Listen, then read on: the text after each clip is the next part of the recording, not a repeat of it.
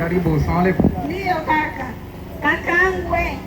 Magumu inanizonga hapa kaka. Niko na chumvi. Niko na mafuta. Sasa nakosa makala kaka yangu.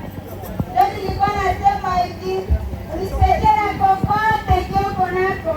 Atanisaidia kaka. Shukrani dada. Hapa namuona kuna wasibeba kusaidiuzi hata makala dadangu. Kuta mfuko wazi. Kana soro. Kujulikana yote yonijulikana kindu ndo nipemia kakweli kakaangu. Ndio dadangu. Hapana, hapana. Kukula makalogo ndo nipe kalogo. Hapana. Ndio maana mimi nakusaidia dada kwa fulani. Ayabu dadangu usikia mama. Dada wewe na mloma tukana toa kaloko lolo na jana nipo hapa dada. Dadangu shukuru na hapana dada kwani hivi. Mtu mzuri ni mwenye kuona shukrani.